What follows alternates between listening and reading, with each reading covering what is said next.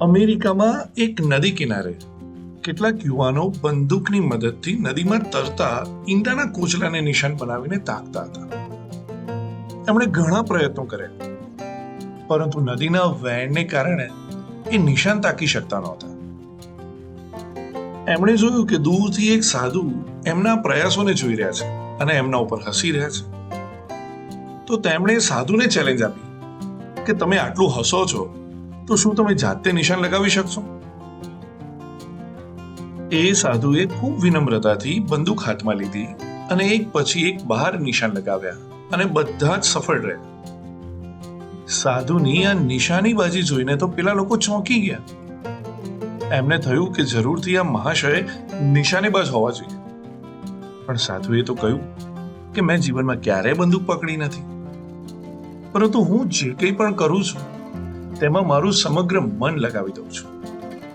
જો તમે નિશાન લગાવી રહ્યા હો તો તમારું આખું ધ્યાન માત્ર નિશાન પર જ હોવું જોઈએ. આ સાધુ એટલે આપણા સ્વામી વિવેકાનંદ. આ તેમણે સમજાવ્યું કે એકાગ્રતા એ મનની શક્તિ છે.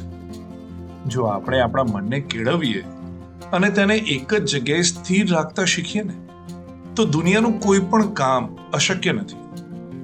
તે કહેતા કે એકવાર તમે કાર્યમાં લાગી જાઓ ને એટલે એટલી બધી શક્તિ તમારામાં આવવા લાગશે કે એને ઝીલવી કઠણ થઈ જશે.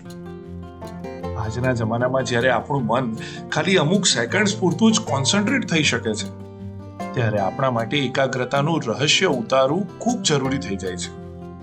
અને તેની ચાવી બતાવતા સ્વામી વિવેકાનંદ પોતે કહે છે કે એક જ વિચારને પકડો. એ એક જ વિચારને તમારું જીવન સર્વસ્વ બનાવો. એ જ વિચાર પર જીવો.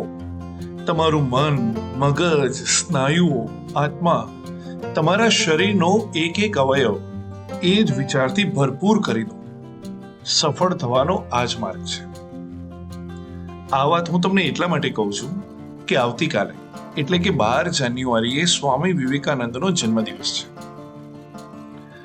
સ્વામી વિવેકાનંદજી ભલે દેહ સ્વરૂપે આપણી વચ્ચે નથી, પરંતુ તેઓ વિચાર સ્વરૂપે આપણને સૌને આજે પણ હિંમત અને પ્રેરણા આપે છે.